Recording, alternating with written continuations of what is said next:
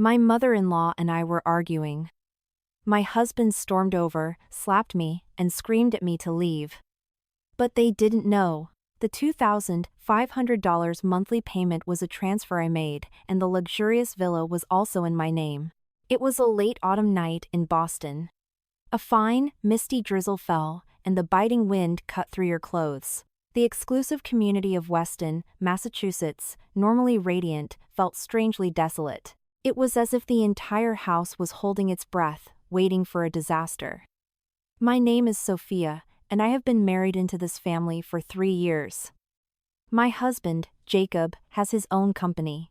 From the outside, everyone thinks he is a very successful man. My mother-in-law is Catherine. She's always going on about how traditional and well-bred her family is, but traditional according to her own rules, where you had to ask for permission even to breathe. My sister-in-law is Megan, a few years younger than me, skilled with words, an expert in being pampered and depending on others. That night, for dinner, I prepared a light chicken consommé.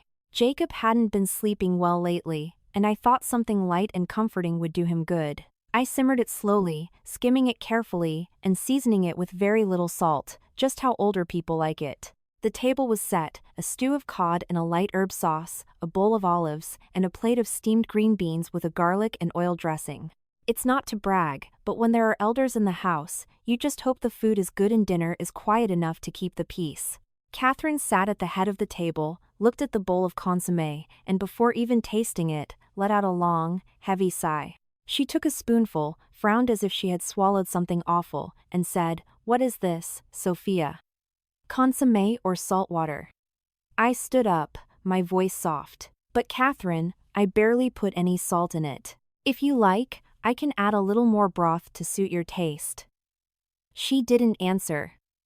She dropped the spoon hard. The sound of metal against ceramic echoed with a crack that made me flinch. Then she looked me straight in the eye. Her voice wasn't loud, but it was sharp as a knife. "You've been a daughter-in-law for years, and you can't even make a decent soup. Who do you think you are?" I froze. That phrase, "Who do you think you are?" She had said it many times, but today it sounded as cold as the wind outside. Megan, sitting beside her, was picking at a piece of fish while scrolling on her phone. Hearing that, she looked up, her lips curved into a smile she didn't dare show completely. Still, I tried to maintain my composure. "Mom, I'm sorry if it's not to your liking. I can prepare something else right now." Suddenly, Catherine spat a mouthful of consommé directly onto the floor. Honestly, in that moment, I felt as if I had been slapped. It was no longer about criticizing the soup. It was contempt for me as a person. There you have it. Who can swallow something so salty? You don't know how to cook, but you always act so high and mighty. I don't know what kind of family you come from. She left the sentence hanging, changing the subject as if she had it prepared. You are here because this family took you in. What have you contributed to this house? I listened to that with a lump in my throat. For the past 3 years, I had been told similar things countless times that I lived off them, that marrying Jacob was a blessing. But the most terrifying thing was that she said it in front of my husband, in front of my sister-in-law, as if I were a kitchen maid, not a wife and a daughter-in-law. I took a deep breath, trying to repeat the old saying to myself, "A bad peace is better than a good war." But another thought surfaced within me. I wanted to let it go, but she just wouldn't stop. How much longer was I going to endure this? Just then, the door opened. Jacob walked in, his jacket spattered with rain and the keys still in his hand. His gaze went from the table to the floor. Catherine's face changed instantly. Seeing Jacob, she let out a choked sob, her voice trembling as if she had just suffered a great injustice. "Jacob, look at the kind of woman you've brought into this house. She made a soup as salty as the sea. And when I tell her, she dares to talk back to me." I turned to Jacob. "Honey, I didn't talk back, Jacob didn't let me finish." He looked at me with the eyes of a judge about to pass sentence. "Apologize to my mother. In this house, when Mom speaks, you listen. There's nothing to discuss." I was stunned. "You haven't even tasted it, and you're already asking me to apologize?" I know the consommé wasn't salty. Try it, and then we'll talk. I had barely finished the sentence when I saw Jacob's jaw tighten. There are men who don't care about the truth, they only want others to obey. He came closer. His voice was low but hard as steel. Are you telling me what to do? I shook my head. I just want you to be fair. Catherine let out a dismissive laugh. Fairness. A daughter-in-law demanding fairness from her mother-in-law. In all my years, I've never seen anyone so disrespectful. Megan, at that moment, put down her phone and added a comment as light as the wind, but it chilled my blood. Sophia, if mom gives you advice, you should listen. Why create tension? I looked at Jacob, searching for a hint of support, even half a word. But he didn't look at the soup, he didn't look at the truth. He only saw his supposedly wounded mother. Smack. I only saw a flash of light before my eyes. My ears rang, and my left cheek burned. I staggered. My knees hit the cold marble floor. My lip was bleeding, and the metallic taste mixed with the aroma of the still steaming consommé, creating a smell I would never forget in my life. Catherine stood there, unfazed. What's more, a faint smile played on her lips as if she had been rewarded for acting her part well. Jacob took a deep breath as if he had just done the right thing. Then he uttered a dry, final word, leave.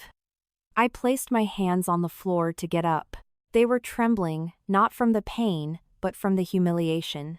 I looked at Jacob, then at Catherine and Megan, one by one. In that instant, I understood something simple and bitter. In this house, no matter how well I cooked, no matter how much I endured, I would always be the one who had to apologize. I wiped the blood from my lip with the back of my hand and adjusted my clothes as a reflex. I didn't cry, not because I was strong, but because tears at that moment were too cheap. No one would deign to look at them. I said, in an incredibly calm voice, "All right. I'm going." I walked to the door and opened it. The drizzle hit my face with a sharp cold. Behind me, no one stopped me, no one called my name. Only the sound of cutlery and a sigh of satisfaction from Catherine, putting a final, decisive end to my 3 years of submission. I quickly left the porch. The fine rain stuck to my hair, chilling it. My slippers were slipping on the wet tiles, so I had to walk close to the wall to keep from falling. The yellow lights of the community reflected in the puddles, creating a beautiful but sad picture, like a luxurious home without warmth. I wasn't wearing a coat, nor had I taken my phone. In my pocket, I only had a small wallet. My heart was pounding, but my mind was strangely clear, as if a part of me had just been forced to awaken. 3 years as a daughter-in-law. Believing in patience to maintain peace at home. I was docile, I gave in, I lowered my voice for the sake of tranquility. Catherine was difficult, and I told myself that older people are like that. Jacob was impulsive, and I convinced myself that men are under a lot of pressure at work. Megan was capricious, and I attributed it to her youth. I burdened myself with all the excuses, swallowing my resentment. But the more you swallow, the more they get used to it. Once, my mother-in-law got sick. I spent the night awake at the hospital, changing her cold cloths, rushing to buy her hot soup. In the morning, the only thing she said was, "It's what a daughter-in-law should do." I forced a smile. At that moment, I thought it didn't matter, as long as she recovered. Another time, Jacob came home with a grim face, saying the company had cash flow problems. Secretly, I moved a sum of money to help him, asking for the transfer to be made in a way that he could save face. When the crisis passed, he hugged me and said I was his rock. Then, in front of his mother, he told a different version, as if he had solved everything himself. I heard it, and could only stay silent. Honesty can't always compete with cunning. I was too honest, and they took it for granted. The wind blew hard. I hugged myself, trembling. My cheek still burned, my lips stung, but that pain brought me back to the present. I couldn't break down here, in the same community where they considered me a mere freeloader. At the security gate, the light was on. The security guard, an older man, was sitting and drinking hot coffee. Seeing me, he stood up, his voice concerned. "Mrs. Sophia, where are you going so late and in this rain?" I tried to make my voice sound normal. Could I please borrow your phone? I forgot mine.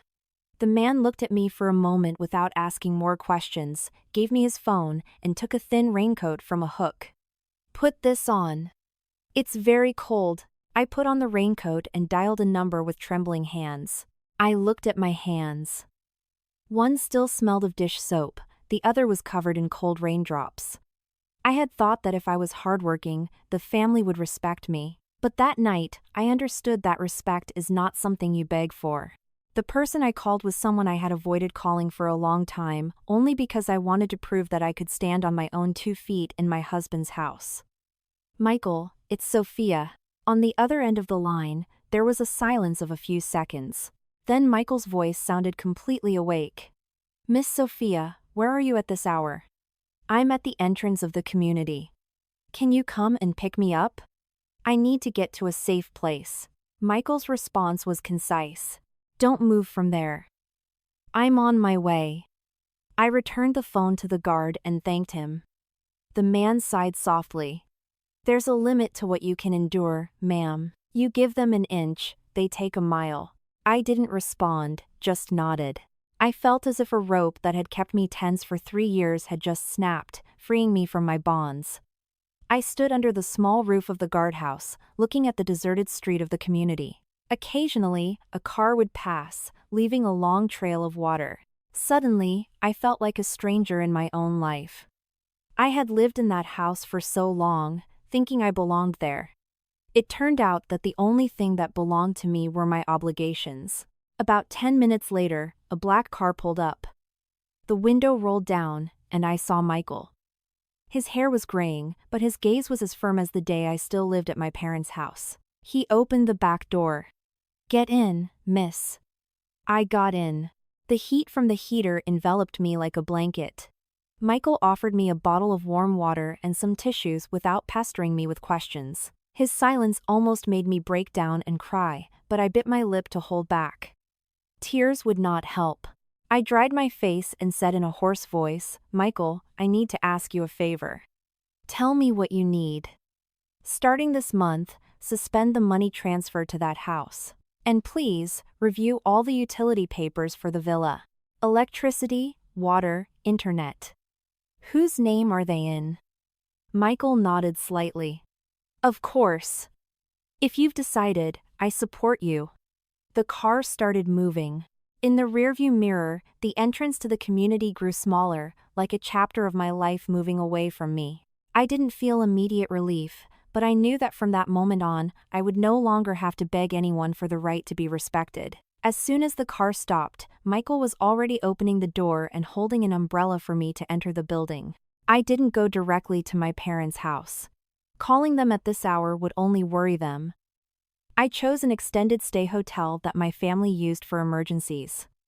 Clean, quiet, and discreet. When I got to the room, I changed my clothes and washed my face.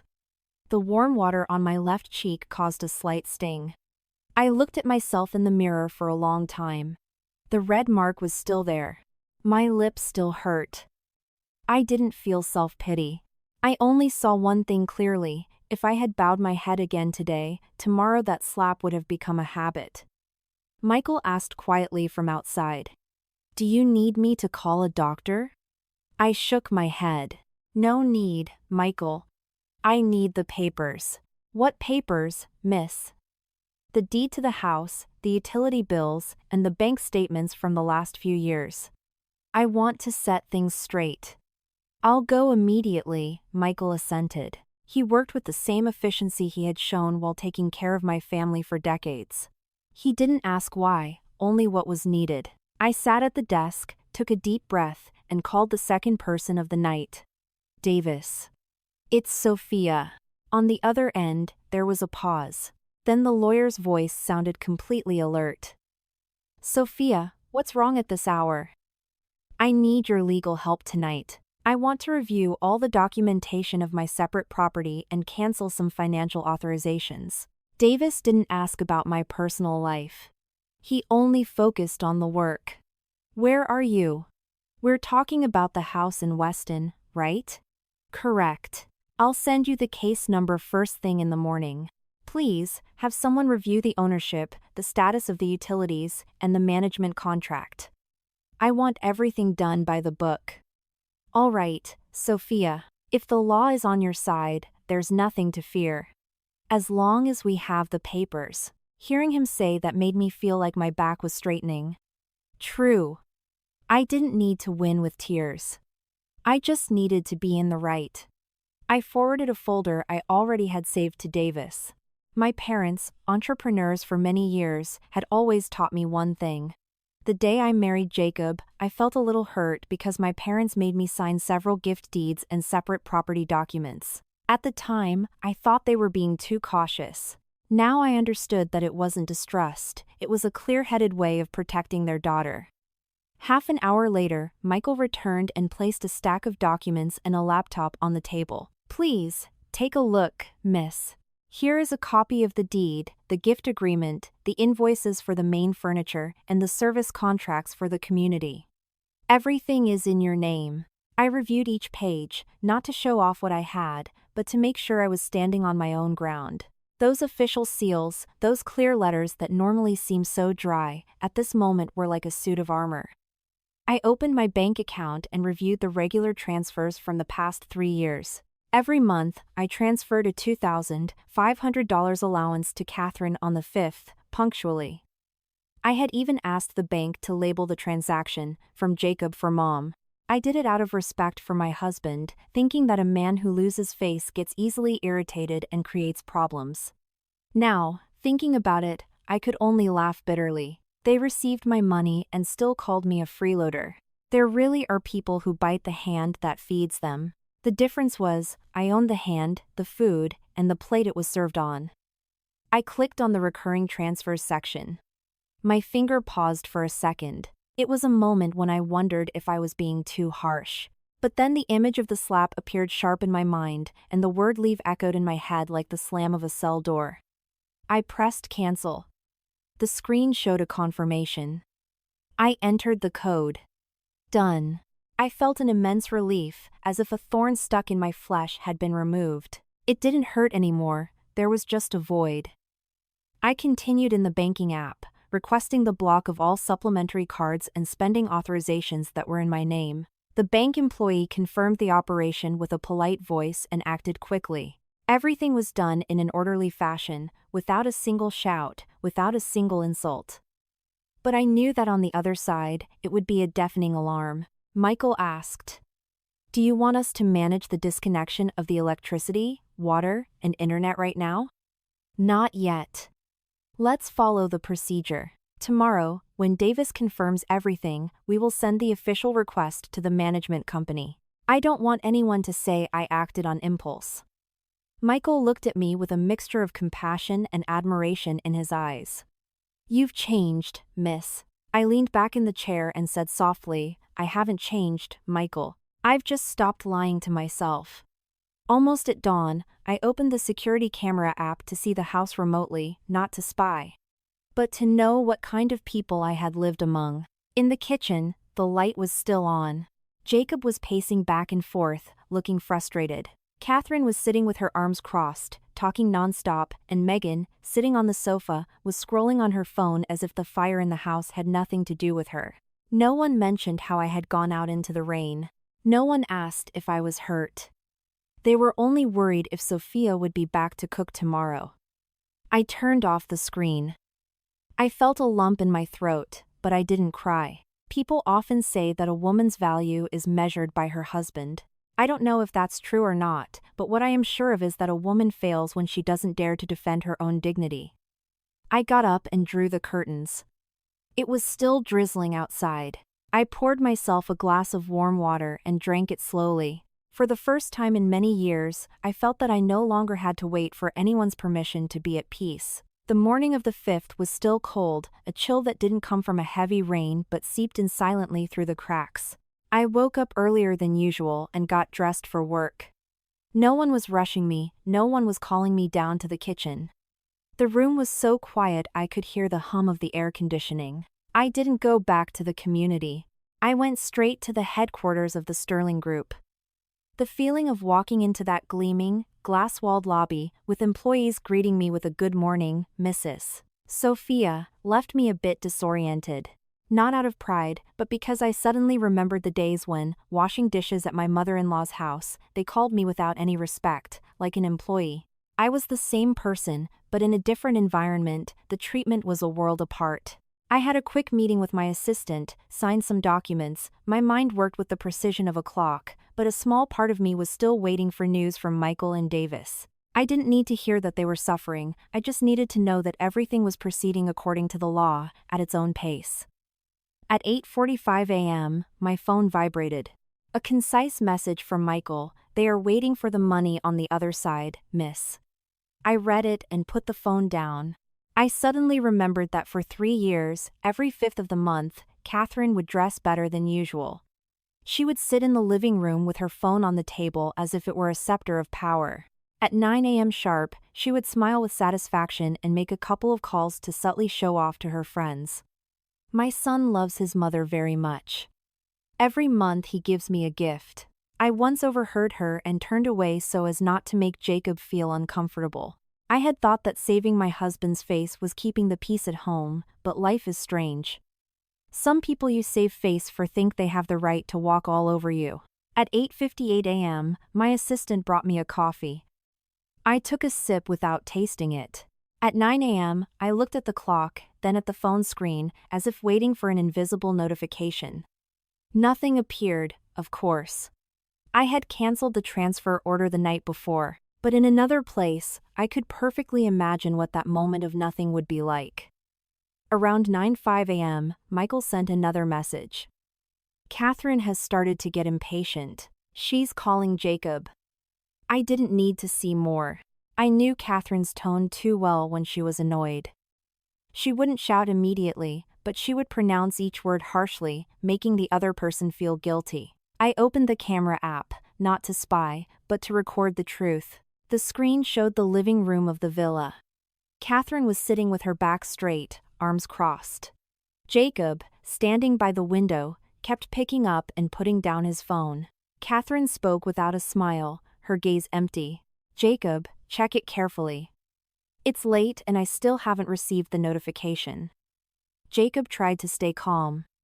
"It's probably just a bank delay, Mom.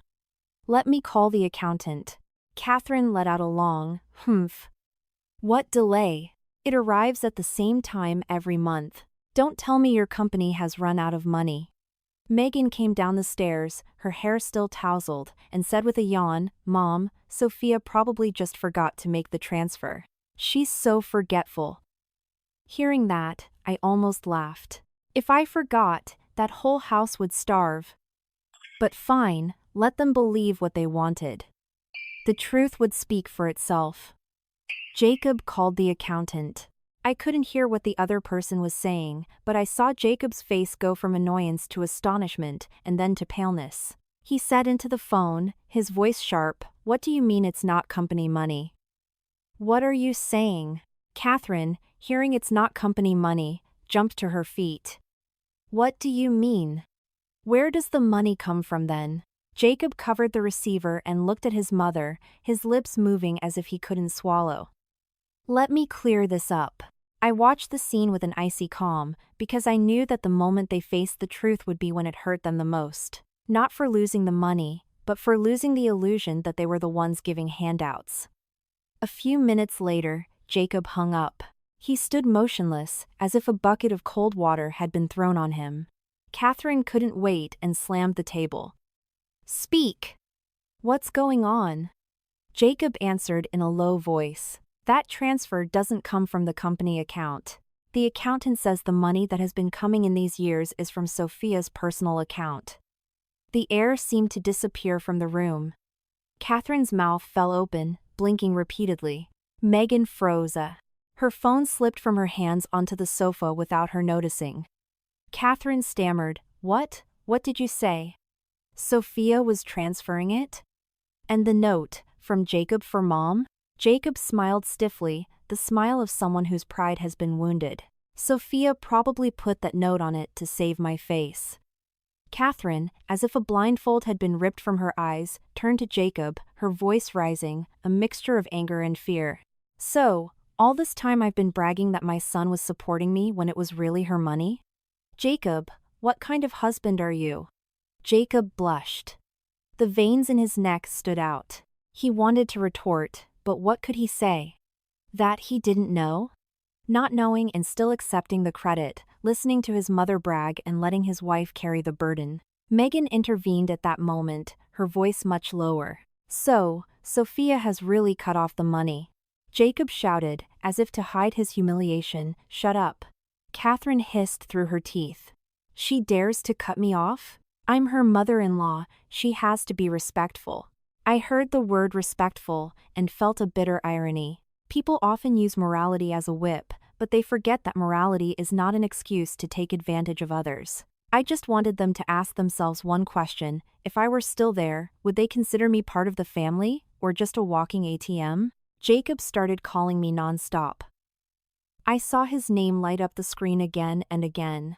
I didn't answer, not because I wanted to torture him, but because I understood that if I answered at that moment, they wouldn't apologize. They would demand their rights. I turned off the cameras. In my office, I stood up, adjusted the sleeve of my jacket and my watch.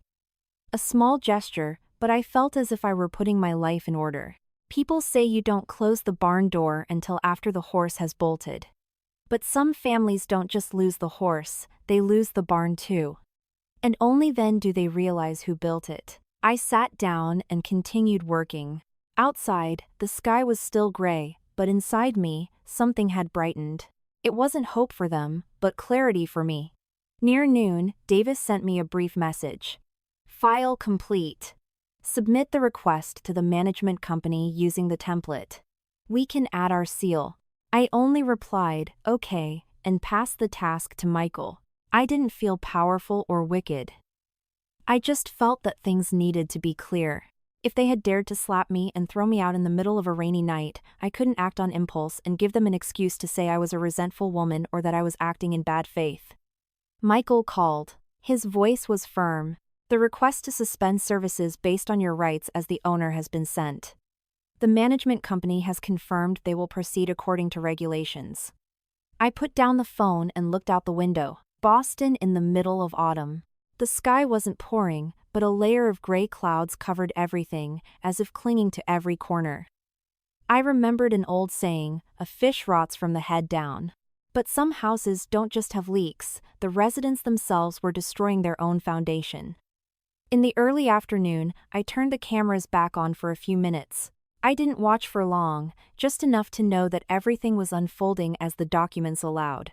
At the villa, Catherine was sitting in the middle of the living room, her face red, fanning herself with a magazine as if she were about to catch fire. Jacob was pacing, frantically typing on his phone. Megan was putting on lipstick in front of a mirror with a look of annoyance, as if she were going to be late for a date. Catherine snapped, "Jacob, call her. You're her husband. She wouldn't dare cut me off. You can't control her." Jacob gritted his teeth. "Mom, calm down. Let me talk to her." Megan, looking at them both, intervened with a whiny but cutting voice. "Jake, I have plans this afternoon. Give me some cash, my friends are waiting." Jacob spun around abruptly. "And you're thinking about going out?" Megan pouted. "Well, I don't earn money. I'm used to this. If you don't give it to me, how am I supposed to live?" That phrase, "I'm used to this," sounded so light, but it was a slap in the face for a man who was supposed to be the pillar of the family, but was really just hollow. I looked at the scene and suddenly felt like laughing. That house had functioned for a long time as a well-oiled machine for spending money. When there was money, everyone was nice. When it was gone, their true nature came to light. Just then, a beep sounded on Jacob's phone. He was trying to pay with his card, probably to order something or make a payment. The screen showed, "Transaction denied." He froze for a second. Tried again. Denied. Catherine narrowed her eyes. "What about your black card? Pay with that." Jacob swallowed, trying to keep his voice steady. "It must be a bank error." I knew it wasn't an error. I had blocked the supplementary card that was in my name. I didn't need to remind him. Reality would remind him in the cruelest way.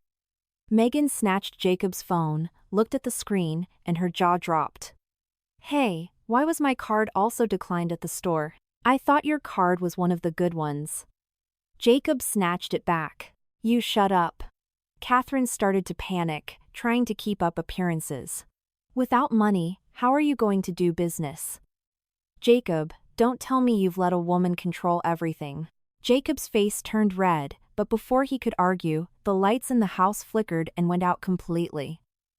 At the same time, the air purifier went silent. The air conditioner stopped. The space seemed to lose its warmth. Catherine jumped up. The power's out. Jacob ran to the circuit breaker, flipping switches without success. He grabbed his phone and called the community management office. Quick! The power is out at my house. Check it. A moment later, Jacob was still on the phone.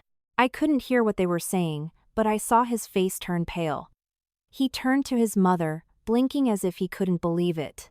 Catherine stared at him with wide eyes. What did they say? Jacob's voice was hoarse. They said they suspended the service at the request of the legal owner. The air grew thick. Catherine froze, then hissed each word. Who is the owner? Jacob didn't want to say it, but he couldn't avoid it. It's Sophia.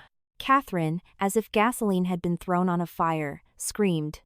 I heard the word daughter-in-law and felt an immense irony. When they needed me to cook and clean, they called me daughter-in-law. When they slapped me and kicked me out, they treated me like a stranger. It turned out my title in that family was just a costume they put on when it suited them and took off when it didn't. Before they could recover, the stream of water from the kitchen sink began to weaken until it became a drip. Megan screamed, Mom! The water is going out too, and I haven't finished washing my face. Catherine turned to Jacob. Her voice was a command, go talk to the management, tell them you're the husband, that you have a say.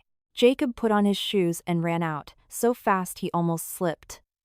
A man used to sitting on the throne of his house, now running as if fleeing his debts. I watched the scene without glee. I just realized that Jacob's supposed position had been built on my silence. If I was quiet, he stood tall. If I stood up, he wobbled. A few minutes later, Jacob returned, still with his phone in his hand. He shouted, as if to convince himself, they say they only deal with the person listed on the contract or their legal representative with power of attorney. Megan let out a bitter laugh. You're not listed on anything. That phrase was like a stab. Jacob turned sharply toward his sister, his eyes red.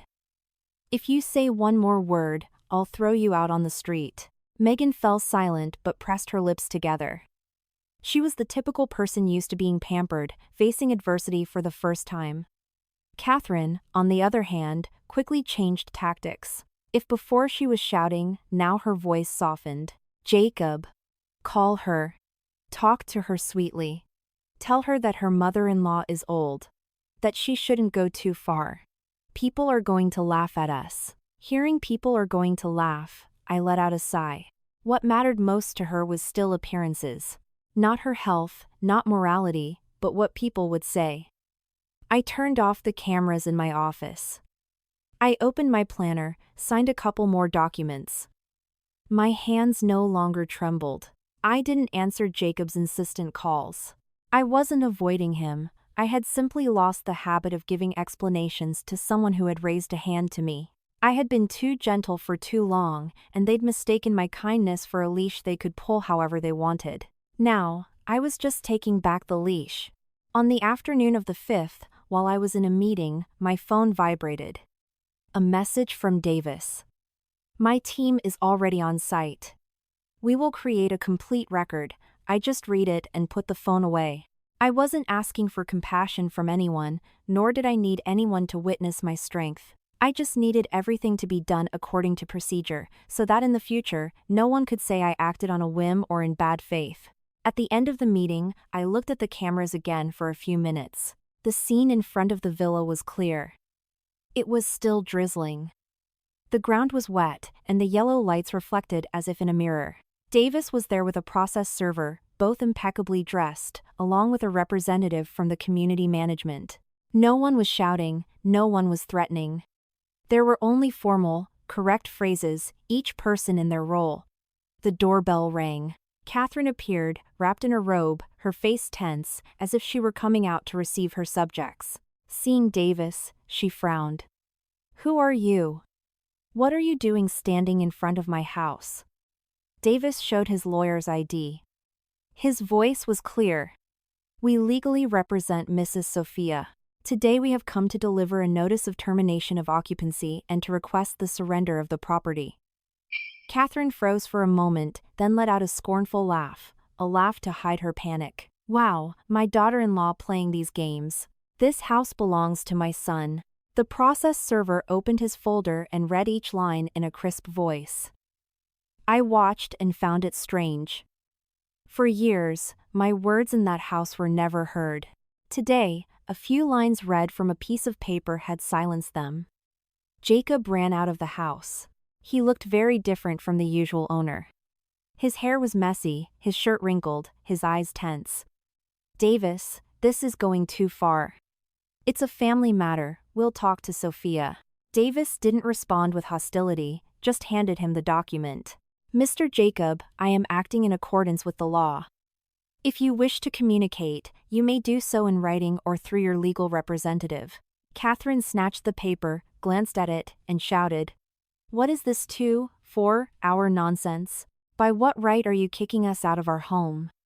The management representative, standing beside her, said in a voice that was soft but firm as a nail, "Ma'am, this is a request from the legal owner. We are complying with the terms of the contract." Hearing owner, Catherine's nerves seemed to be triggered. She lunged at the notice they had just posted on the door and started trying to tear it off. I saw clearly that the paper was laminated and stuck with an industrial adhesive. She pulled so hard she broke a nail. She scratched, she pulled, but it was useless. "Damn it, a daughter-in-law playing so dirty," she screamed as she tried. The neighbors started to peek out. First one, looking through the crack in their door, then another. Murmurs rose like the wind. "Hey, property repossession, the owner is the daughter-in-law?" But she always bragged that the house belonged to her son. I heard those comments without glee. I just realized that the truth is like water. No matter how hard you try to contain it, it always finds a way to flow. Jacob, standing beside her, his face was burning. He looked at the neighbors, then at his mother, scratching at the notice like a person out of control. The humiliation was so great he didn't know where to hide. "Mom, that's enough. Get inside," he said, pulling her arm. Catherine shook him off and pointed directly at him. "You see, it's all your fault. For marrying a woman who walks all over your mother and you." Jacob gritted his teeth, his voice a mixture of rage and fear. "Mom, shut up, we're in the middle of the street." Catherine instantly burst into tears, but they were theatrical tears for people to see. "Oh, my God, I'm an old woman, and she treats me like this. World, look at this." Megan ran out of the house, looked at the paper, and then at the neighbors, her face pale. She was used to always looking impeccable, but now, in the middle of the crowd, she felt as if her makeup had been stripped away. She pulled Jacob's arm and whispered, "Jake. This is so embarrassing. What do we do now?" Jacob didn't answer. He went back into the house like a cornered animal. I saw him rummaging, opening drawers, closets, with the haste of someone looking for a life raft. Catherine was still trying to tear off the paper. The more she pulled, the more it tore, and the more evident her powerlessness became. Davis remained motionless, not arguing. The process server took notes, documenting the reaction and taking photos. All of this would later become a legal barrier that would make anyone think twice before twisting the story. A moment later, Davis said clearly, "We have delivered the notice validly. The 2-4 hour period begins now. We ask you to prepare for the handover. Otherwise, we will proceed with a forced eviction according to the law." Jacob came out, his face white, trying to keep his voice steady. "I'll call Sophia. I'll talk to her. You have the right to call. Davis nodded. But the final decision rests with the owner. Jacob picked up his phone and dialed my number. I continued to not answer, but this time he didn't just call, he also sent a message. The camera didn't show the content, but I could imagine the tone. A mixture of threats and pleas. I turned off the cameras. I didn't want to see any more. Not out of fear of softening, but because I understood that if I kept watching, they would drag me back into that circle of emotions, that circle people use to tie women down with the word family. I got up and poured a glass of water. I suddenly remembered an old belief: savior fights for strangers, not family. I used to live by that, trying by all means to keep the family from fighting. But they saw me as the weakest link, the easiest one to attack. The phone rang again. This time it was Michael. Miss. Jacob is rummaging in the safe. I closed my eyes for a moment. I knew that safe. Jacob had always bragged that it was a family secret, that only he knew the combination. But there are secrets that, when you're cornered, you open with your own hands and discover where you really stand. I didn't ask anything else, just opened my planner and noted the time, keeping everything in order. Because from now on, the story was no longer about arguments in the kitchen. It was the collapse of a false power built on my submission. While I was working, Michael called. His voice wasn't rushed, but it was clear. Miss, Jacob managed to open the safe. I didn't ask how. I could imagine. When you still have a way out, you cling to pride. But when you're pushed against a wall, pride becomes a tight suit you have to take off. I just said, keep an eye on it, please. If anything comes up, let Davis know. Understood, he said, and hung up. I put the phone down.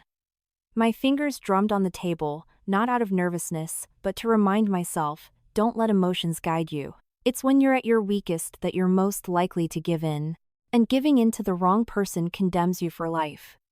I opened the cameras again. This time, not to see the shouting at the door, but to see how they faced the truth. In Jacob's study, the safe was built into the wall. Jacob was squatting on the floor, pulling out stacks of papers, his eyes moving frantically. Catherine, standing behind him, was breathing heavily. Megan was in a corner, clutching her phone but not looking at it. Her face was a mixture of curiosity and fear. Jacob reached a red-covered binder. He picked it up and stared at it, as if he couldn't believe what was in his hands. Catherine snatched it from him. She opened it to the first page, and her eyes scanned the lines. She read aloud, her voice firm at first. Property owner, Sofia Garcia. By the end, her voice broke, as if someone were strangling her. She read it again. It was still the same name. Jacob's name isn't here, she said, as if asking herself, then she turned sharply to her son. Why isn't your name on it? Jacob's lips moved, but no sound came out.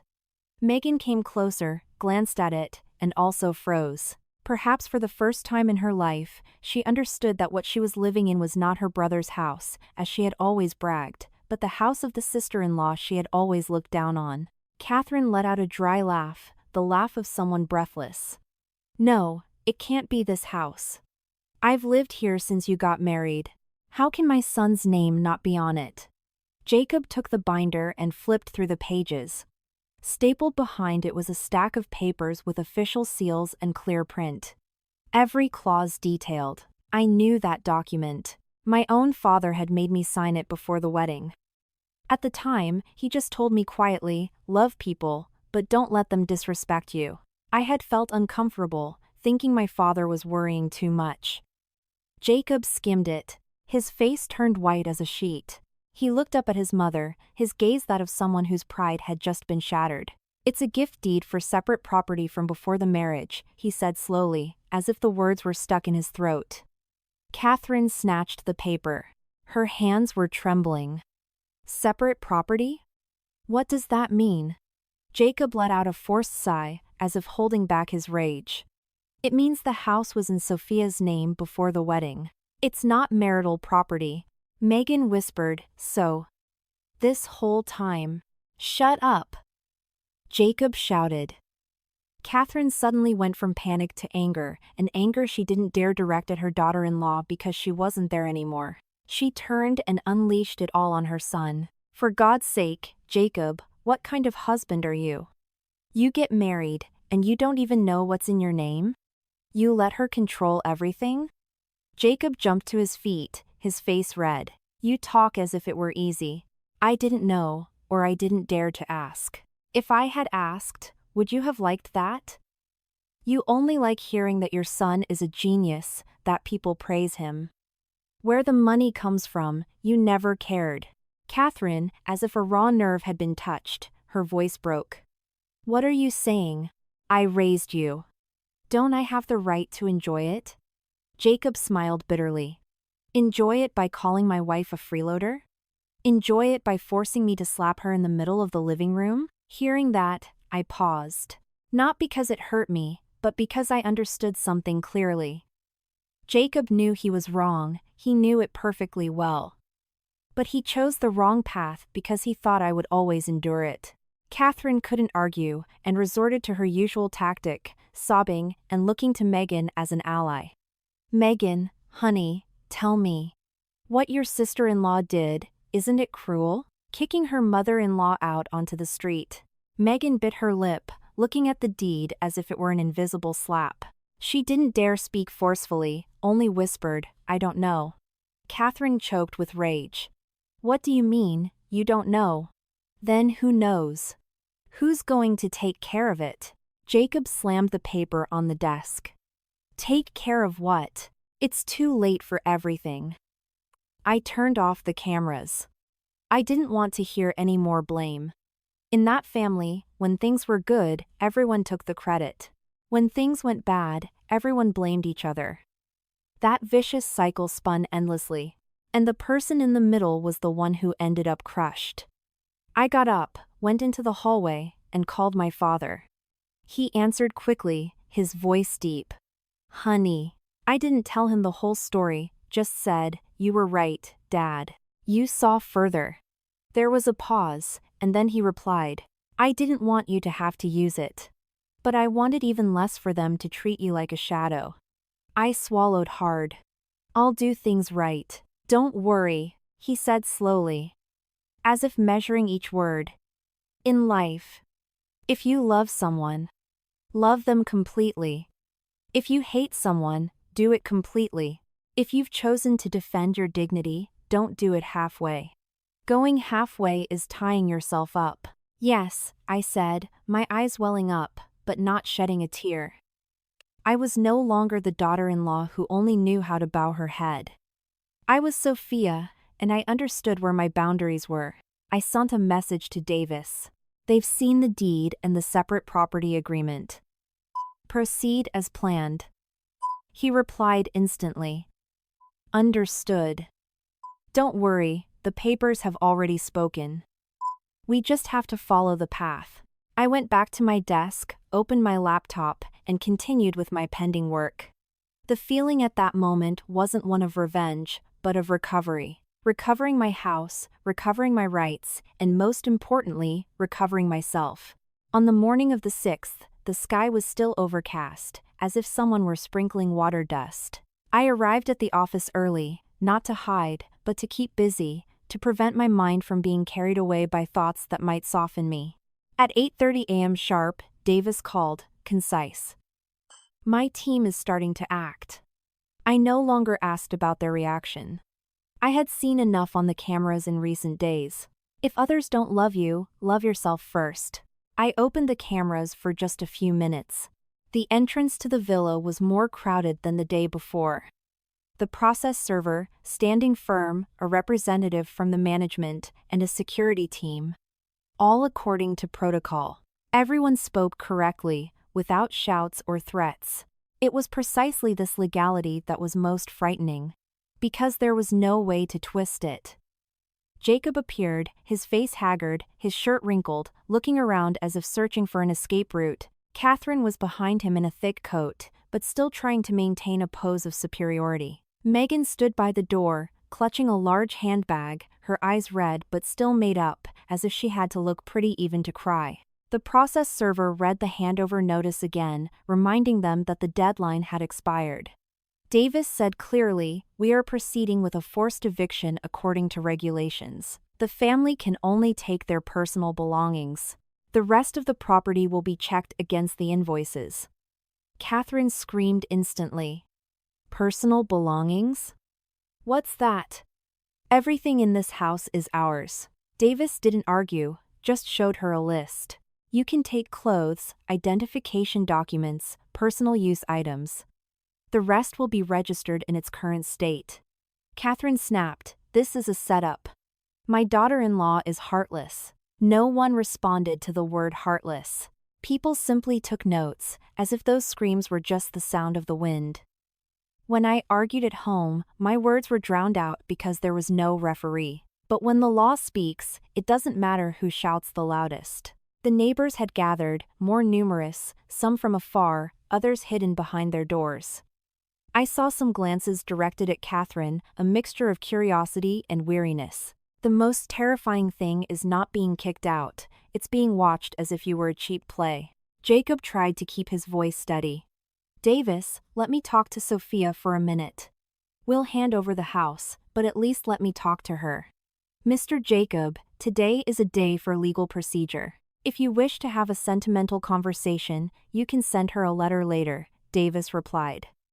Jacob was left speechless. He turned to his mother for help, but Catherine at that moment only knew how to throw a tantrum.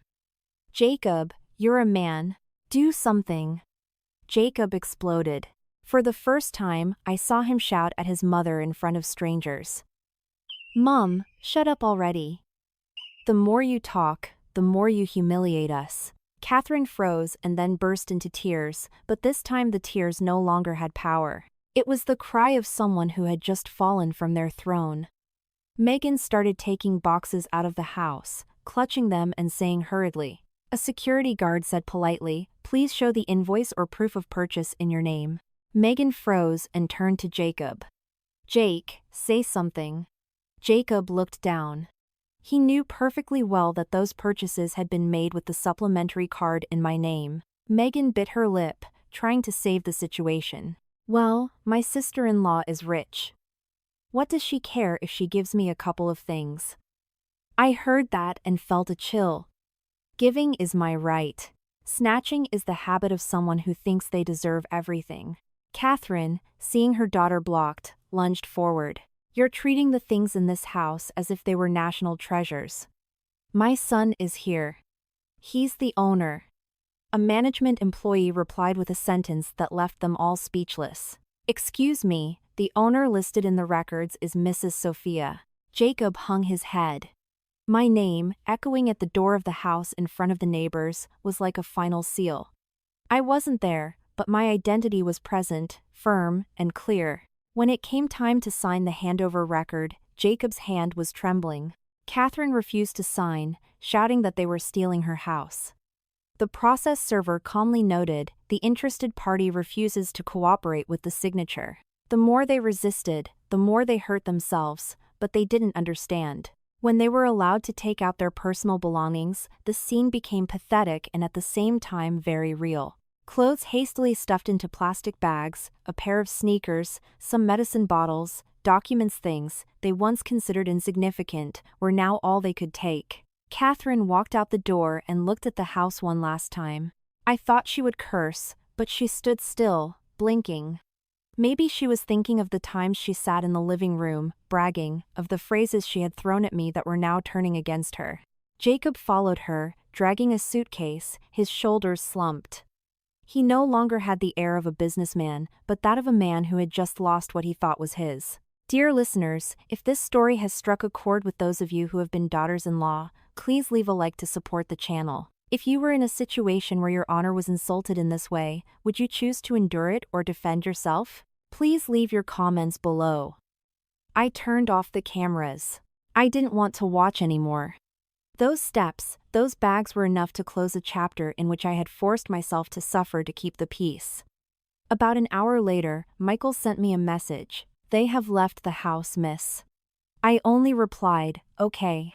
A single word, nothing more, because everything else was already written with official seals. With records, with reality.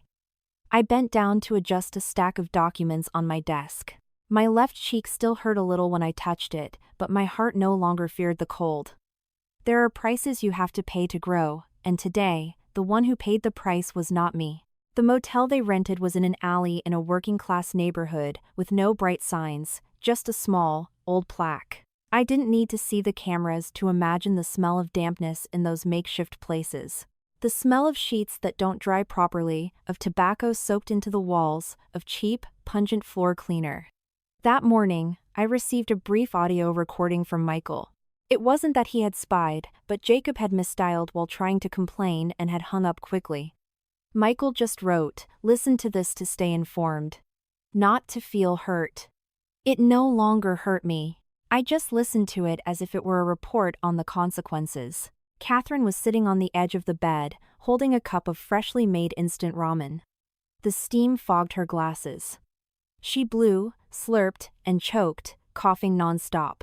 "My God, this is so salty," she complained between coughs. Megan, standing in front of a mirror, was trying to comb her hair with a frown. "Mom, stop complaining. I can't stand this room. The sheets smell bad and the bathroom is disgusting." Jacob, sitting on a plastic chair, was staring at his phone, his brow furrowed like a crumpled piece of paper. Hearing his mother, he snapped, "If you're so particular, add some water. Are you going to be picky now?" Catherine glared at him, her voice rising. "Picky? I'm not used to eating this garbage. For years, you ate homemade food, hot soup, stewed fish, and now you force me." Jacob slammed the phone on the table. The sound was like closing a coffin lid. "Mom, that's enough. Who got us into this? You complained about the soup she cooked. You forced me to hit her, and now you sit here blaming me." Megan, frightened, intervened with her usual attempt to appease. "Jake, don't talk to Mom like that. She did it for our family." Jacob turned to his sister, his eyes red. "Our family? Do you know how you've lived these years? Spending without control, bragging about what you didn't have. Where do you think that money came from?" Megan was speechless. Then her instinct for dependency resurfaced. She said quickly, as if afraid of being abandoned, "But I'm your sister. If you don't take care of me, who will?" Jacob let out a dry laugh. "Take care of you? With what? With my title as director of a phantom company?" Hearing that, Catherine changed her tone, becoming soft, like someone afraid of falling from their pedestal. "Call Sophia. Speak to her gently. A couple's problems are solved at home. There's no need to exaggerate so much." Jacob didn't answer immediately. He looked at his hands as if they were something foreign. Then he said quietly, "Mom, do you think she still considers me her husband?" "Of course, she does," Catherine replied instantly, as if clinging to morality. "Marriage is a duty. Husband and wife should support each other. What she has done is wrong." Jacob started to laugh. This time it wasn't a dry laugh, but a bitter one. "Support each other? In what way? When I slapped her in front of you and Megan? You talk about duty, but did you say anything to stop me then?" Catherine immediately fell silent. The silence of someone who can't argue but doesn't want to admit their mistake. She went back to slurping her noodles, this time slowly, as if the saltiness was waking her up. At that point, I turned off the recording. I didn't want to become someone who counts the misfortunes of others. I had left that vicious circle and had to acquire new habits. To think about myself. At the Sterling Group, I had a meeting with strategic partners that morning. I entered the room with my hair pulled back, an impeccable suit, and a clear voice. Some colleagues noticed the slight bruise on my cheek, but no one asked. In this environment, boundaries are respected. At my mother-in-law's house, my boundaries had been trampled for a simple, "When Mom speaks, you listen." After the meeting, I called my assistant and asked for a full report on all projects related to Jacob's company supply contracts, profits, the indirect support Sterling was providing them. The figures that appeared made me let out a slight laugh, not of joy, but of astonishment. It turned out I had been supporting him much more than I thought. I called Davis. The business collaboration with Jacob's company. I want to suspend it according to the contract clauses. Total or gradual suspension? Davis asked. Suspension as agreed, with due notice. No surprise attacks. But as of today, I will not sign any renewals. Understood. I'll prepare the documents. Remember, if you do it right. Okay, I said and hung up. I turned to my assistant. Send an official notification to the purchasing department and the supply chain. The priority and allocation of orders to Jacob's company are suspended.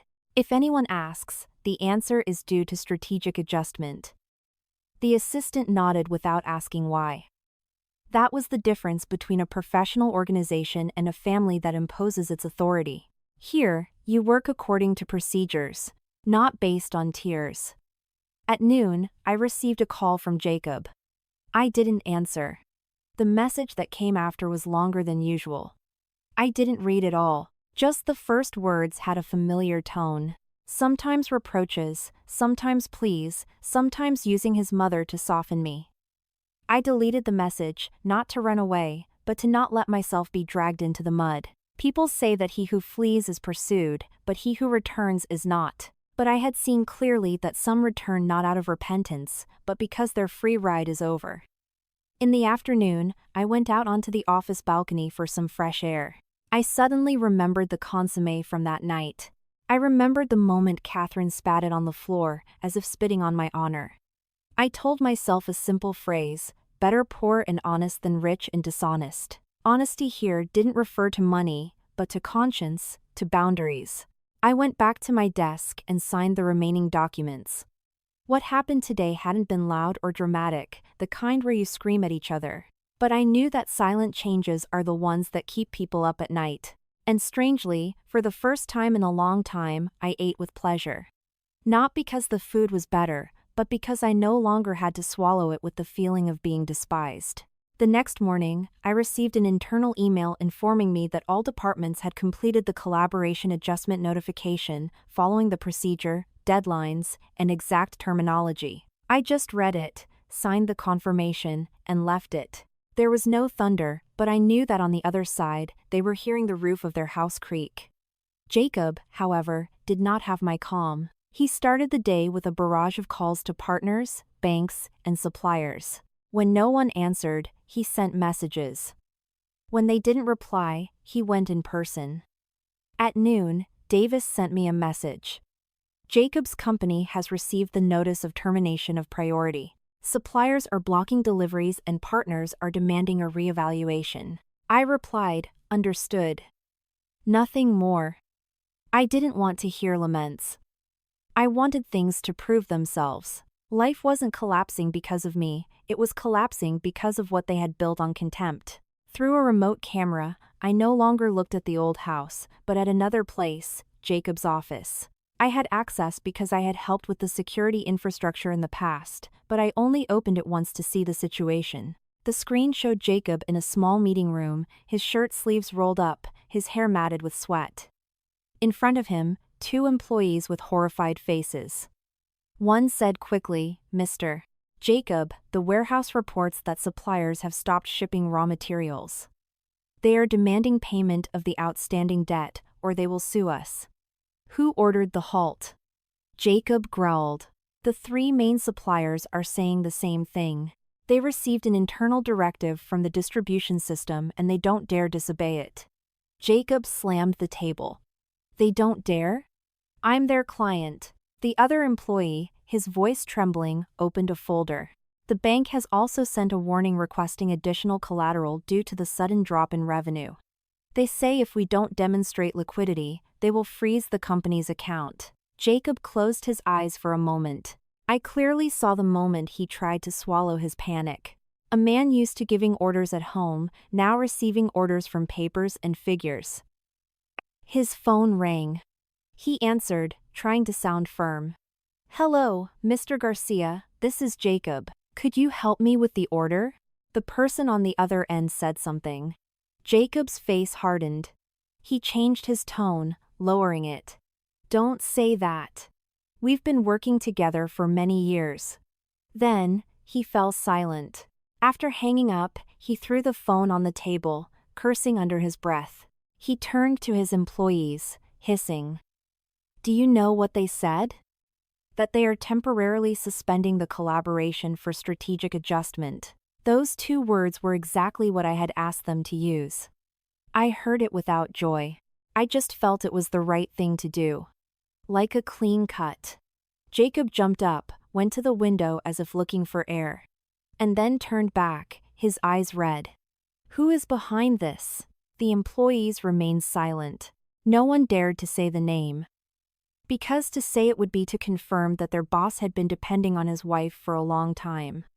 Jacob said it himself, as if slapping himself. Sophia. After saying it, he laughed dryly again. The laugh of someone who realizes too late. I didn't hear that laugh in person, but seeing it through the screen was enough to know how bitter it was.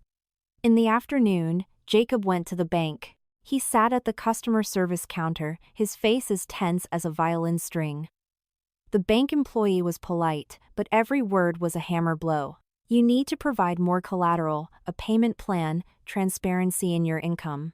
Jacob presented papers, but they asked him a simple question. Is this property in your name? He fell silent. He had nothing in his name solid enough to put on the table. I knew this, because I had once asked him if he wanted us to put things in both our names. He laughed and said, with the air of a businessman, paperwork is a mess. I'll handle the business, you handle that stuff. Now, remembering it, I realized that that mess was actually an empty net that tore at the first gust of wind. At night, Jacob returned to the motel. Catherine, seeing him, immediately asked, not about his health, not if he had eaten, but about what always mattered to her. Did you fix it? Will the money start coming again tomorrow? Jacob took off his shoes and threw his wallet on the floor. Mom, are you still asking about the money? Catherine was startled but clung to morality. Well, I'm asking to know how to organize ourselves. How are we going to live now? You're a man, you have to take charge. Jacob turned sharply. Take charge with what? When all my collaborations have been cut? Do you think the company got contracts by magic? Catherine was speechless. A moment later, she changed her tone, becoming soft but venomous. Well, it's also your fault for marrying a woman you didn't know how to discipline. A woman with money, sooner or later, gets to her husband's head. I heard that phrase through an audio clip Jacob had on speakerphone while calling someone. I was no longer angry. I just realized that people's mouths can twist everything to avoid admitting their mistake. When they don't want to look at themselves, they look at others. Megan entered at that moment with a small bag in her hand, looking exhausted. She no longer had that carefree air. She asked Jacob in a dull voice, "So what do I do now? My friends are asking for the money we pooled together. How do I pay them back?" Jacob looked at his sister with the tired gaze of someone who has run until they are out of breath. You brought this on yourself. You figure it out. Megan was stunned. What are you saying? I'm your sister. Jacob sighed, his voice sinking. Precisely because you're my sister. I'm suffering so much. Catherine immediately pulled Megan to her, protecting her by instinct. Don't talk to your sister like that. She's the only girl in the family. She's your blood. Jacob smiled bitterly. My blood? And did you remember that when I slapped my wife in front of you? The question fell into the room like a bucket of cold water. Catherine fell silent. Megan hung her head. I don't know if they felt ashamed, but at least they no longer had the confidence to tell me I had to endure for the family. As for me, I didn't feel like I had one. I just felt that my soul was being cleansed. Cleansed of that habit of self-justification, of apologizing, of carrying others' burdens. People say that cunning is for outsiders, but if you have to be cunning at home to survive, then it's no longer a home. I turned off the computer and left the office late. Outside, the rain had stopped, only the wind remained. I put on my coat and went to the parking garage. In my head, the word leave no longer echoed, but a clear sentence. In a woman's life, sometimes you have to put a period at the end of a sentence to start a new one with dignity. That night in Boston had an intense cold, the kind that makes you want to go home to a hot meal. Yet, Megan carefully applied her makeup. She perfumed herself with a strong fragrance and, standing in front of the small motel room mirror, tried to recreate a version of herself as a socialite. She wore a tight dress and a wool coat. She turned to Jacob and asked as if it were the most natural thing in the world, "Where's the card?" "I'm going out for a bit. My friends invited me to a birthday party." Jacob, who was massaging his forehead, his eyes red from a day of dealing with debts, looked up. His voice was hoarse. "Do you realize where we are? This is a motel, not a villa." "That's exactly why I have to go out. I'm suffocating here," Megan retorted with a pout. "Give me some cash, and I'll be right back." Jacob let out a short, joyless laugh. "Money. Now you're talking about money." Catherine immediately intervened with a tone that was both a plea and an order. "Come on, Jacob, give her something. She's a girl, she has to look nice so she doesn't feel bad. A little help in bad times goes a long way." Jacob turned to his mother. "Mom, stop with the moralizing. Don't you see she's used to this lifestyle because of someone?" Megan picked up her small purse and tossed her hair back. "I'm just going for a little while. If there's no cash, I'll pay with the card." "Don't exaggerate." With that, she left without waiting for a reply.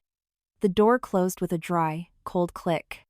Jacob remained silent. Catherine sighed like someone who has lost power but wants to pretend everything is fine. "Don't be so hard on your sister. You're of the same blood. That's worth more than anything." Jacob didn't answer. He just looked at his hands as if watching something slipping through his control. Meanwhile, Megan entered a trendy bar downtown, noisy and crowded, where neon lights swept across people's faces. She walked in with an air of superiority, greeted her group of friends with a radiant smile, and said loudly to impress, "Long time no see. Tonight is on me." Her friends were used to luxury and conversations about brands. Megan ordered a round of drinks, some appetizers, and smiled. "Relax, my treat." When it was time to pay, the bartender brought the card reader. Megan handed him the card with an arrogant gesture and a wink. "Charge it here." The machine beeped. The screen showed, "Transaction denied." Megan froze, forcing a smile. "Oh, must be a machine error." "Run it again." The bartender ran it a second and a third time. Still denied. One of her friends looked up and said, half joking, half serious, "Wow, for such a nice-looking card. Or maybe the bank is closed today?" The group burst out laughing. Megan, red as a tomato, tried to maintain her composure. "It must be the daily limit. Let me make a transfer." She opened her banking app, but the balance that appeared made her hands freeze. She quickly turned off the screen and turned to the bartender. "Can I use your Wi-Fi?" The bartender was still polite, but his tone had changed. "Miss, you need to pay right now." Megan started to get nervous, looking for a way out. A friend made a light but sharp comment, like a needle. "Hey, Megan. Why don't you call your brother or your rich sister-in-law to bail you out?" The laughter erupted again. This time without joy. It was mocking laughter. Megan bit her lip, digging her nails into her palm. She called Jacob non-stop. He answered. Hearing the music, he understood everything. He growled, "Where are you?" Megan spoke quickly, almost crying. "Jake, I'm trapped. They won't let me leave. Please, come." Jacob jumped up. Catherine, who had overheard something, grabbed a coat. "My God, what's wrong with her? Go quickly." Jacob had no time to argue. He ran out into the biting cold street and made several calls to his contacts to borrow money. Some didn't answer, others gave him the runaround. Finally, he had to resort to a payday loan, accepting an extremely high interest rate to gather the $300 for the bar tab.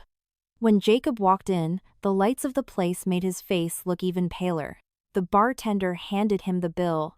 Jacob looked at the amount, his lips trembling.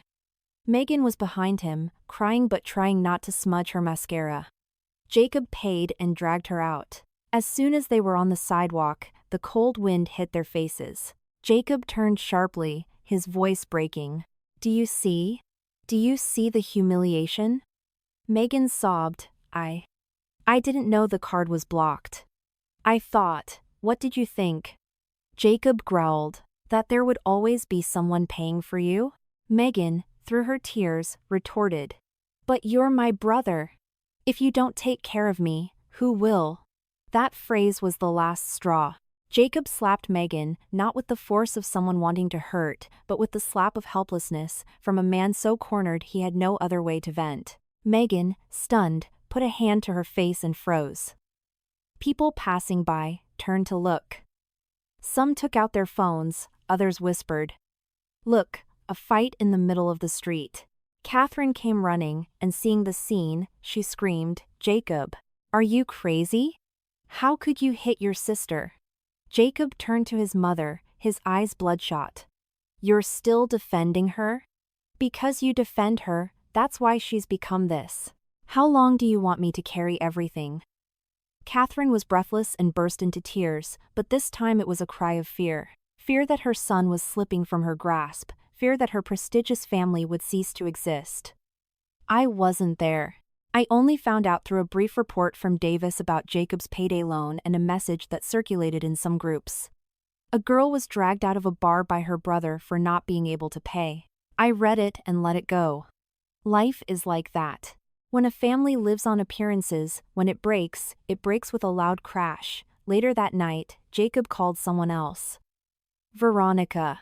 He thought he still had a refuge, but Veronica's voice on the other end sounded strange. It was no longer sweet. Jacob, I'm tired. Fix your own problems. Jacob was stunned. What are you saying? You don't understand how bad things are for me. Veronica let out a cold laugh. I understand, but I don't want to get involved. That phrase landed like a ton of bricks. Jacob was silent for a few seconds, then asked in a low voice, like someone who knows they're about to lose everything, Are you really leaving me? Veronica didn't answer directly, just said, Take care. Don't call me anymore. She hung up. Jacob, standing in the small motel room, looked at his mother, looked at his sister, and felt lost. Catherine was hugging Megan, who was crying uncontrollably. Jacob sank into the plastic chair, breathing heavily, like someone who has escaped a fire but is still covered in smoke. I put down the phone and poured myself a glass of warm water. I didn't rejoice in their suffering. I just saw more clearly that when the money disappears, relationships that were already unbalanced collapse on their own. And I reminded myself of an old saying, spare the rod, spoil the child.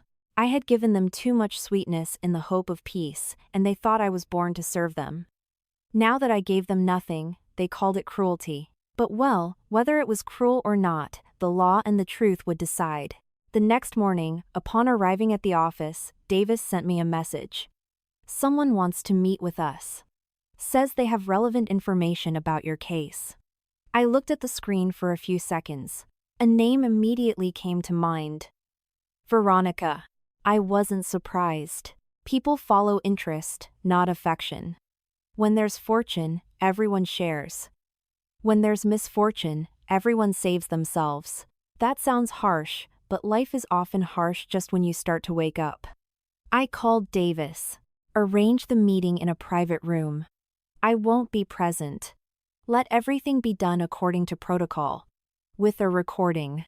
Understood. You just continue with your work, Davis replied. I hung up and continued with my schedule as usual. In recent years, I had learned something. Emotions can make your heart ache, but they shouldn't make your hands tremble. His voice was calm but had a serious edge. It was Veronica. As you thought. She wants to sell evidence. She's asking for $50,000. I let out a bitter laugh. $50,000 seemed like a lot, but compared to what Jacob was facing, it was just the price of an escape route for a traitor. Veronica knew Jacob was sinking and wanted to cash in before the water reached her neck. What evidence? I asked. A Accounting records, emails, scanned files with signs of manipulated figures, and a USB drive with internal data, Davis said. I was silent for a moment. I no longer felt the pain of jealousy. I saw a different picture. Jacob didn't just live on appearances, he was also used to taking shortcuts, twisting things, covering them up. And someone who is used to bending the law on paper, breaking a marriage vow is just a matter of time. How will you proceed? I asked. We will receive the evidence. We will create a record of delivery with clauses of no extortion or threat. The money transfer will be made with proof, and then we will analyze the data. I nodded, though he couldn't see me. Go ahead. In the afternoon, Davis sent me a copy of the record and a photo of a small black USB drive. It looked like any other USB drive, but I knew that small object could be the final nail in the coffin of Jacob's career. I held the image of the USB drive in my mind for a moment, then set it aside as if placing a cold stone on the table. I didn't feel happy. I just saw clearly that I had tried to keep Jacob on a decent path. But he had chosen the shortcut, and shortcuts usually lead downhill. Meanwhile, at the motel, Jacob also realized that Veronica had disappeared. He called her, sent her messages, tried other numbers, but it was useless. Jacob wasn't used to being abandoned, he was used to giving orders, to being in control. So when Veronica blocked him, he went crazy. At night, he received a message from an unknown number. Figure it out yourself. I don't want any trouble. Not an I'm sorry, not an I miss you. As stark as a blank page. Jacob threw the phone on the bed and turned to his mother and sister. Catherine was still lamenting. Megan was looking at her face in the mirror. The mark from the previous day's slap was still a bit swollen. Neither of them asked Jacob if he was okay. They just asked. So now what? Jacob stood up, his voice hoarse. What? What are we going to do when all our lifelines have been cut? Catherine took the opportunity to return to her moralizing. Well, you have to get your wife back. Marriage is a duty. What she did is wrong. Tell her to have some compassion for her mother-in-law. Jacob started to laugh as if he had run out of air.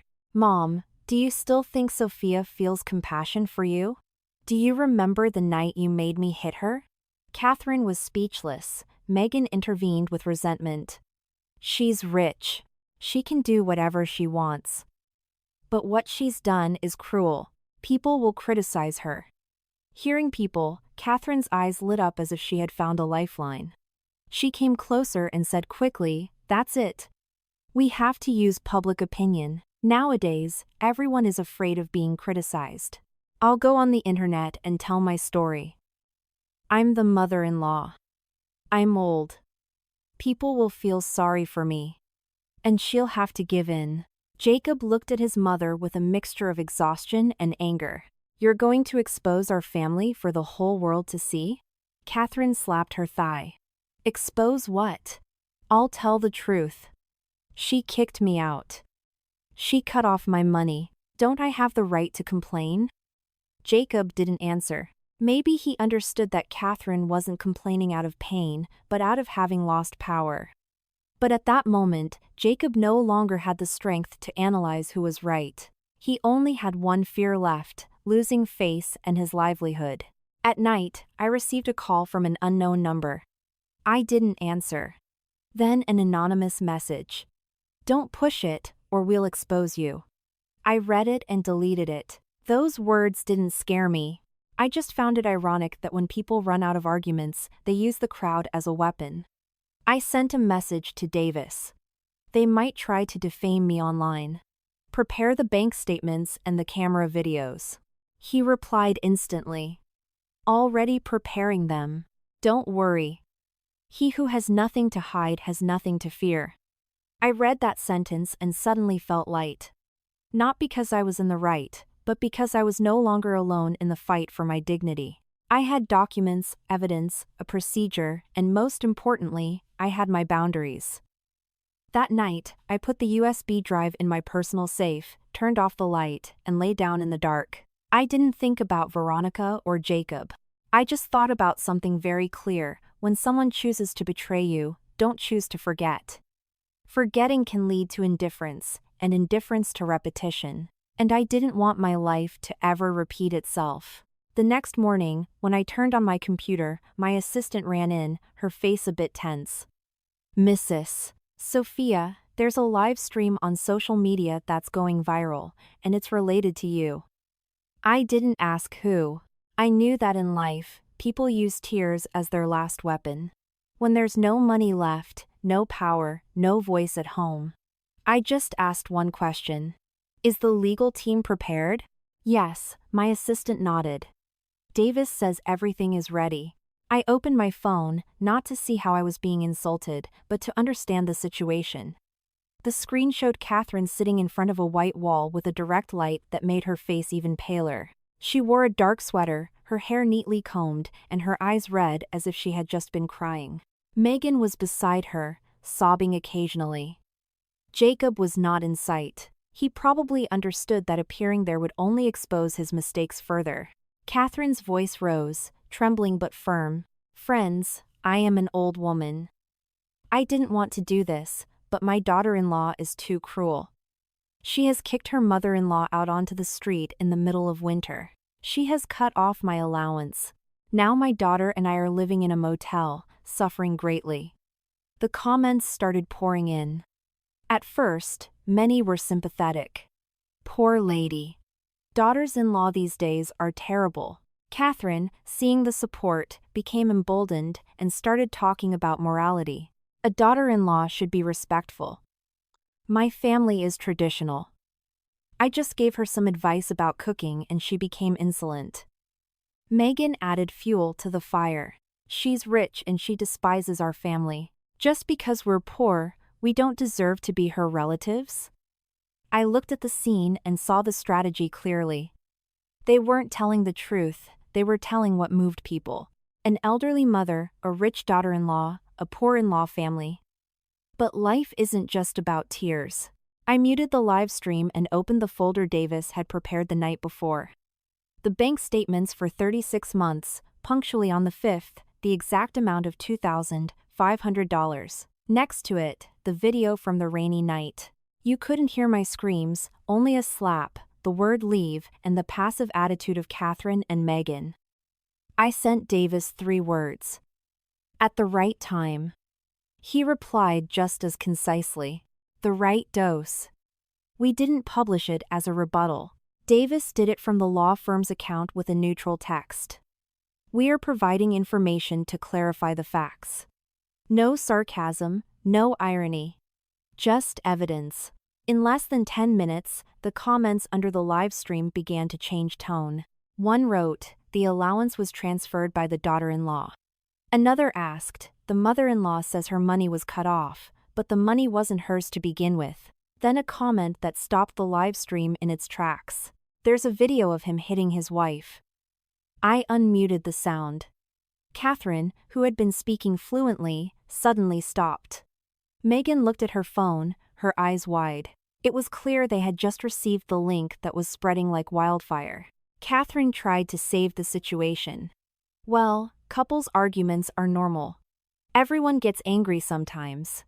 But by then, the viewers no longer saw it as normal. The video was too clear. A slap is not disciplining your wife, it's violence.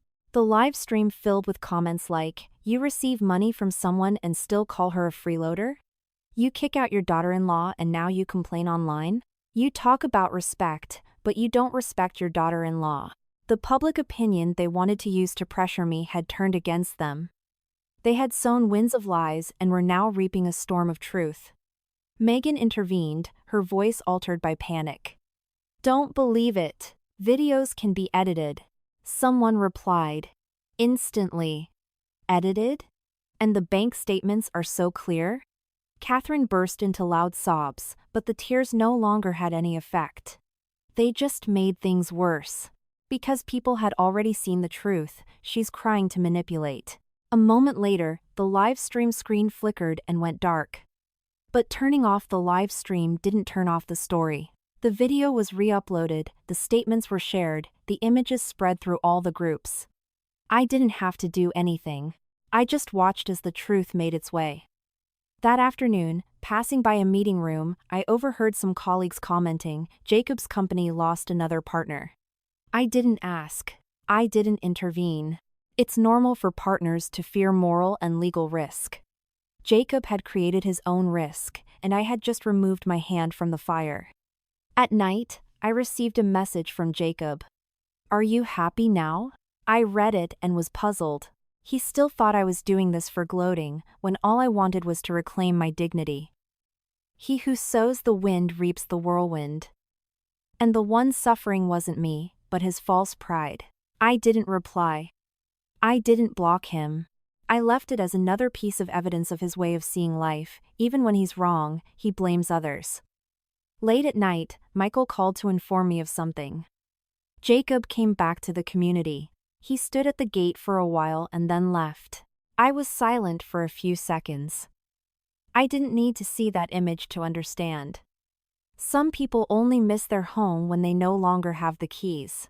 And some people only miss their wife when there's no one left to clear their path. I hung up. I poured myself a glass of water and looked out the window. Boston was still cold, but I no longer felt cold inside. I understood something. When you stop being the doormat where others wipe their feet, they will complain and call you cruel. But cruel or not, my boundaries had to be maintained. Because that was the only thing that would prevent me from becoming the Sophia of 3 years ago again. After the public opinion turned, the motel became as suffocating as a box, not because the room was small, but because everyone was cornered in their own little space. Catherine sat on the floor with her phone in her hand, her eyes red but with no strength to scream. Megan paced back and forth like a caged cat, muttering, "So embarrassing, so embarrassing." Jacob maintained the silence of a man who has lost all right to argue. He didn't dare yell at his mother or his sister because he had been the one to press the button that triggered it all. Early in the morning, Jacob put on a shirt, combed his hair, and said a short sentence to Catherine. "Where are you going?" Catherine asked. He didn't answer. "To find Sophia." "Where else?" Megan added. Jacob still didn't respond. I found out from Michael. He told me quietly, "Jacob was at the gate of the community, miss." I just said, "Okay." I didn't need to know how long he was there. There are times when people stop at a place not to return, but to see what they have lost. A few hours later, while I was reviewing the quarterly operations plans, the security staff informed me that someone wanted to see me in the reception. "An older woman says she's your mother-in-law." I put down my pen. I wasn't surprised. It just seemed like everything was following its course. When you have no way out at home, you run to the company door thinking you can make a scene there. I didn't go down immediately. I called Davis. "Are you nearby?" "I'm in the building." "Let me go down first," he replied. I agreed. Not out of fear, but because I didn't want the encounter to turn into an emotional drama that would be edited the next day and presented as the rich daughter-in-law oppressing her mother-in-law. I had already seen them put on a show once. I wouldn't give them the chance to do it a second time. From the reception camera, I saw Catherine standing in the middle of the bright lobby of the Sterling Group. Her sweater was worn, her hair neatly combed, but her face showed a deep exhaustion. She looked around. It was probably the first time she had been in a place where everyone walked quickly, spoke quietly, and worked like a well-oiled machine. She was not used to it. She looked like a lost person in a market with no money. Davis went out to meet her, greeted her politely, and invited her to sit down. Catherine didn't sit. She stared at him, her voice a mixture of firmness and trembling. "I want to see Sophia. I'm her mother-in-law." "Mrs. Sophia is working. If you have something to communicate, you can do it through me," Davis replied. Catherine pressed her lips together. Suddenly, she lowered her tone, shifting from demand to plea so quickly that even she couldn't hide it.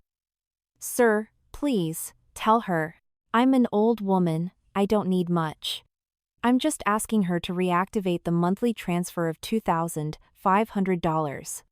How am I supposed to live otherwise?" Hearing that figure, I closed my eyes for a moment. For 3 years, she had received it as if it were her right.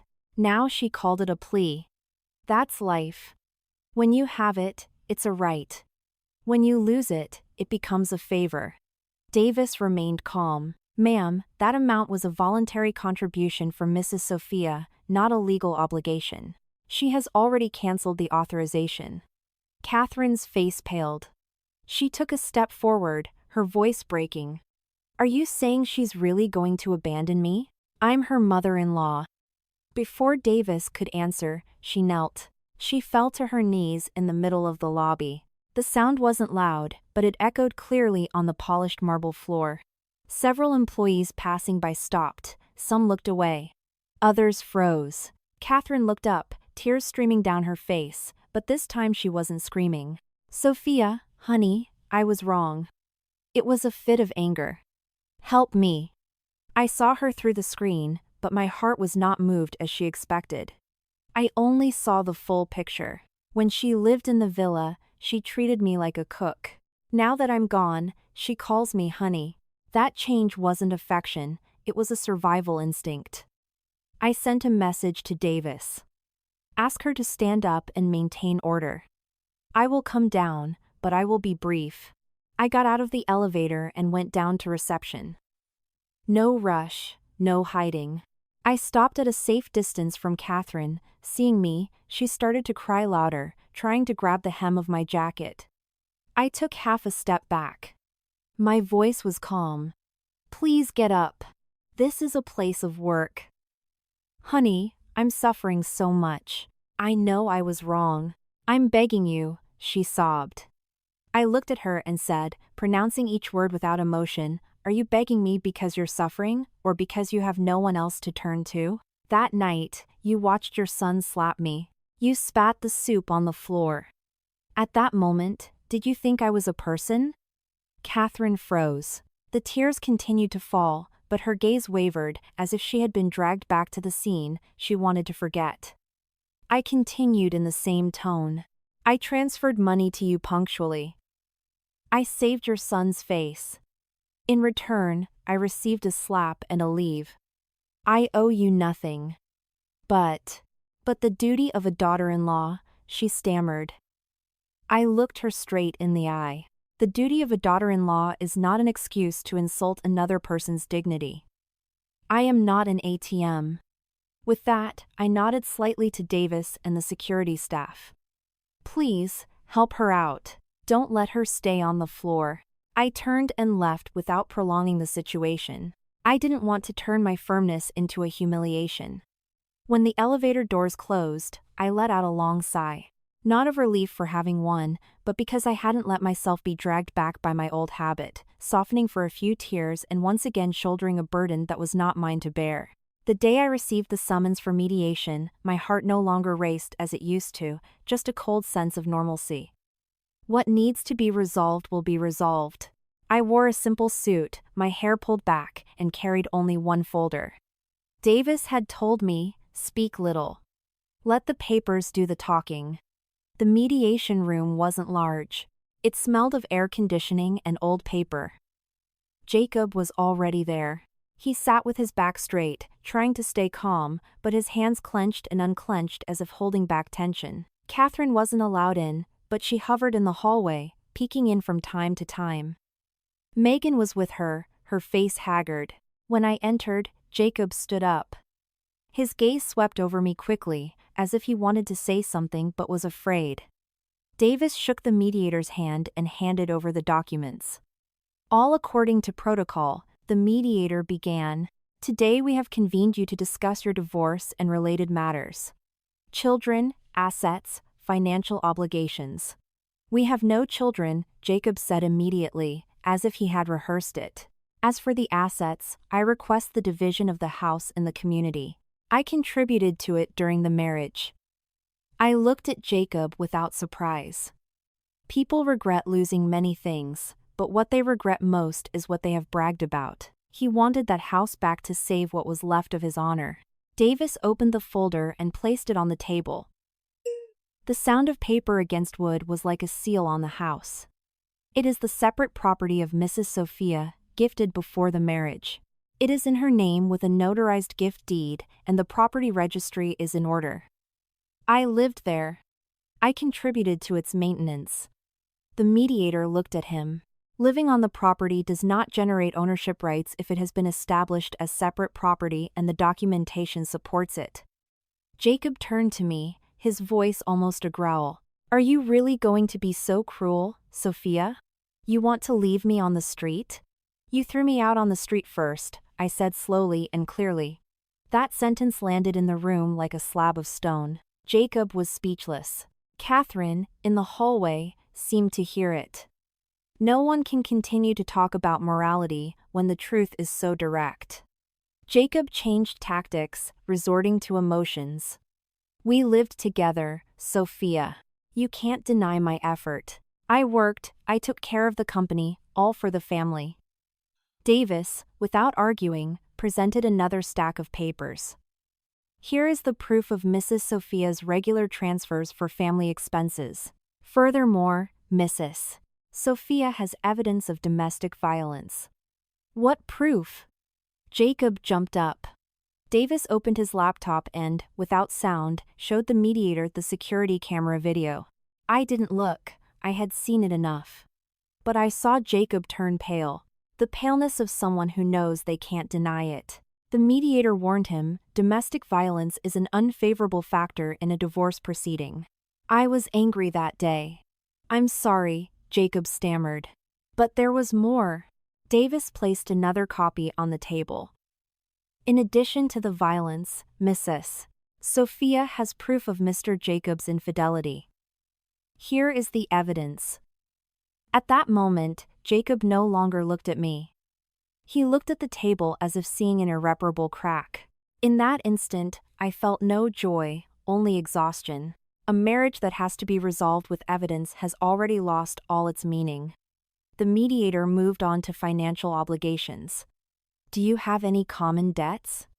No, Jacob said quickly. The debts are from my company, they have nothing to do with Sophia. We need to clarify when the debt was incurred, its purpose, and whether it was used for family expenses, Davis said calmly. If Mr. Jacob requests the division of marital property, we must also consider the corresponding common obligations. I saw Jacob flinch. That gesture was more sincere than any word. He could try to keep the house, but what he feared most was dragging me into the mountain of debt he himself had created. The mediator asked him, Do you request that the common obligations be determined? Jacob swallowed, his lips dry. No, I do not. If Mr. Jacob insists on requesting the division of the house, Davis said, looking him straight in the eye. We have the right to ask the court to review all financial obligations incurred during the marriage, including loans and related documentation. Jacob waved his hand immediately, his voice breaking. No. I withdraw the request for the division of the house. That sentence came out faster than the shout with which he had ordered me to apologize to his mother. I understood why. For Jacob, losing the house was losing face, but being in debt was losing his life. The mediator took note. Mr. Jacob withdraws the request for the division of the house. The parties agree to the divorce. There are no children in common or disputes over assets. Each party assumes their own financial obligations. I listened to every word as if it were a sentence for the past. Jacob no longer looked at me. Catherine, in the hallway, started to cry. Megan was whispering to her, Mom, that's enough. When we signed the agreement, Jacob's hand was trembling. I signed without hesitation. Davis collected the documents and nodded. We got up and left. Leaving the courthouse, the cold wind hit my face, but I felt I could breathe better. There are things that can only be finished by putting them on the table. If they are hidden in the kitchen, in the bedroom, in submission, they rot in silence and stink up a whole life. I didn't look back. Not out of pride, but because I understood that looking back doesn't improve the past. It only slows down the present. After the mediation, I thought everything would calm down, like a pot of boiling water taken off the heat. But life doesn't work that way. Some mistakes don't end with a signature, but when you face the real consequences. A week later, Davis summoned me to his office. He placed a thin but heavy file on the table. He said slowly, the data from the USB drive is sufficient grounds for the authorities to intervene. We have followed the procedure, reception, analysis, and legal complaint. I looked at the file without joy or nervousness. I just saw clearly that Jacob had opened the door to his own downfall.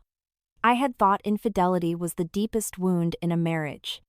But no, what really breaks you is when the person you trust not only betrays your feelings but also your principles. The day Jacob was summoned, he called me. His voice was no longer authoritative or accusatory, just hoarse, like someone who has swallowed sand. "Sophia, can you speak for me?" I only asked one question. "What do you want me to say?" He was silent, because he knew I couldn't defend something I didn't do, or cover up something he did deliberately. I just replied, "Take responsibility." "I'm not going to intervene." The call ended. Maybe he was angry, maybe desperate, but neither anger nor desperation could change the truth. You reap what you sow. Shortly after, the news about Jacob's company spread in the business world. Former partners avoided him. Banks cut him off, and creditors came looking for him at the motel. Catherine, who once sat in a luxurious living room, now jumped every time she heard a knock at the door. I didn't witness those scenes, I only heard a brief account from Michael.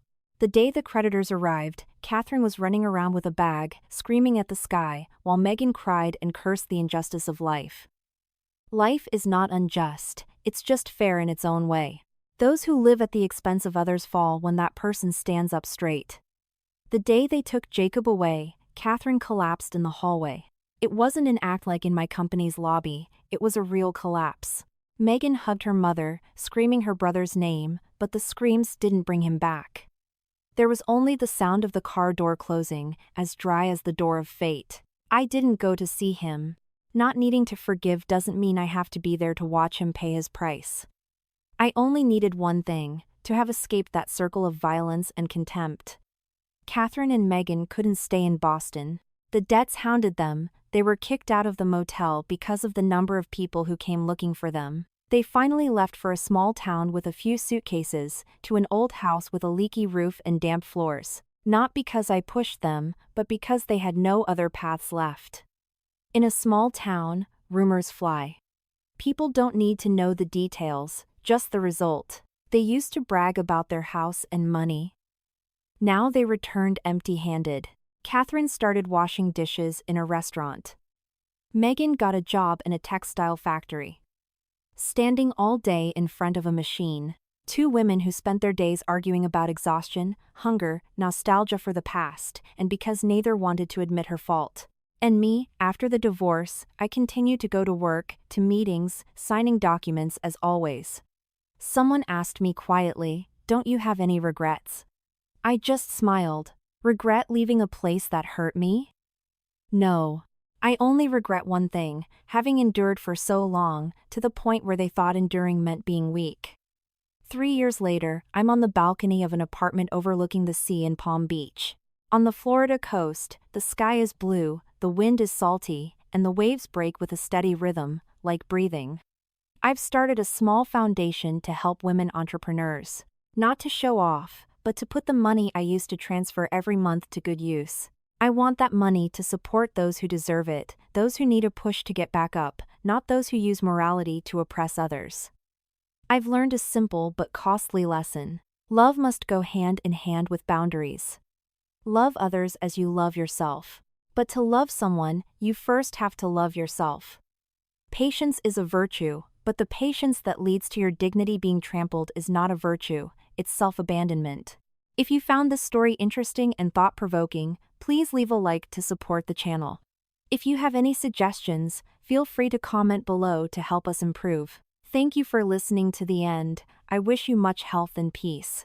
Goodbye, and until the next story.